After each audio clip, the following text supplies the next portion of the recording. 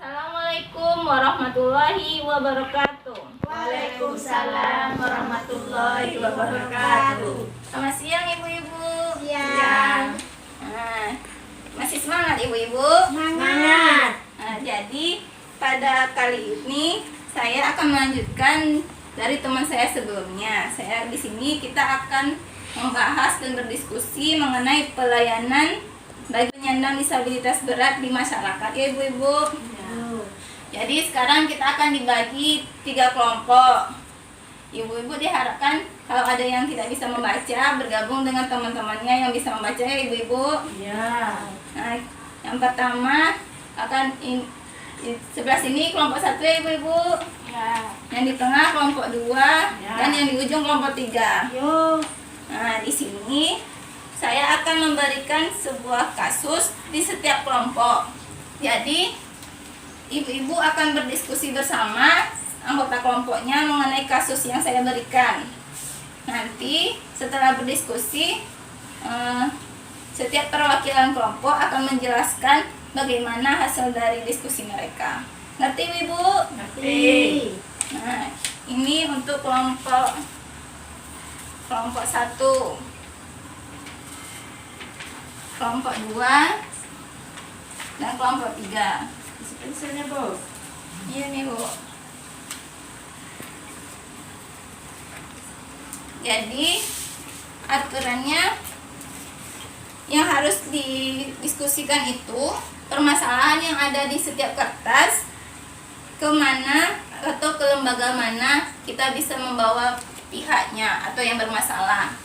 Nah, saya kasih waktunya 5 menit ya ibu-ibu.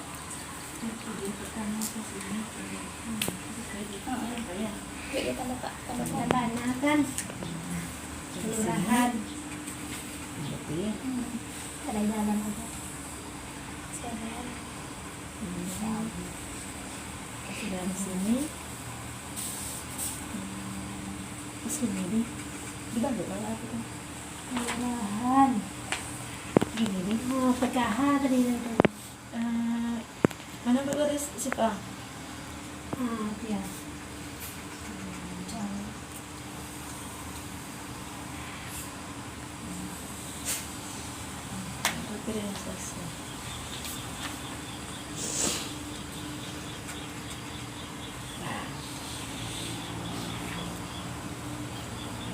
udah siap ibu-ibu? Siap. Puskesmas sudah ada. Siap. Siap Bu? Siap. Nah sekarang kelompok mana yang mau menampilkan terlebih dahulu? Yang pertama kali tampil Bu? Saya. Silakan Ibu Fitri mewakili dari kelompok 1. Tempel di sini ya Bu.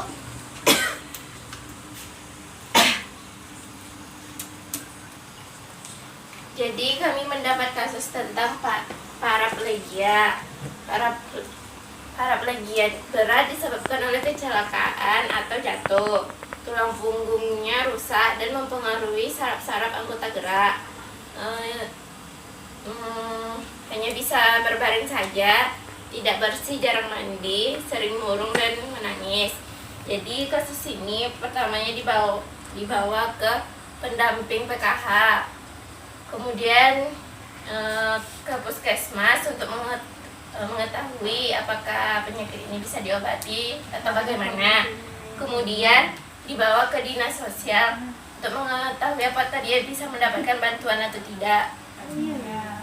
Ada lagi ibu-ibu? Ada yang mau bertanya Bu tentang kasusnya? Ya, selesai. Ya. Terima kasih kepada kelompok 1 atas penjelasannya. Selanjutnya ada yang apa Bu? Kelompok 2, dari kelompok 2 akan diwakili oleh Ibu. Silakan Bu.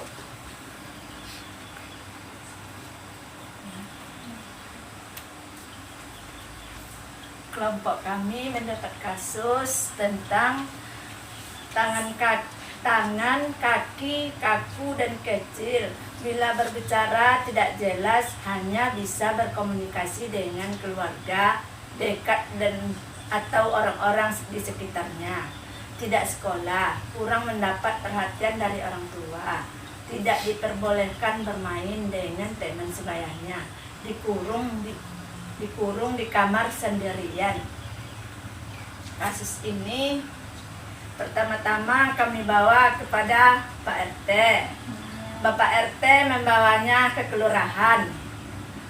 Orang kelurahan membawa ke pendamping PKH. Sedangkan pendamping PKH membawanya ke dinas sosial. Demikianlah yang bisa saya terangkan. Terima kasih Ibu atas penjelasannya. Nah, selanjutnya kelompok terakhir ya Ibu. Jangan selesai, ampun.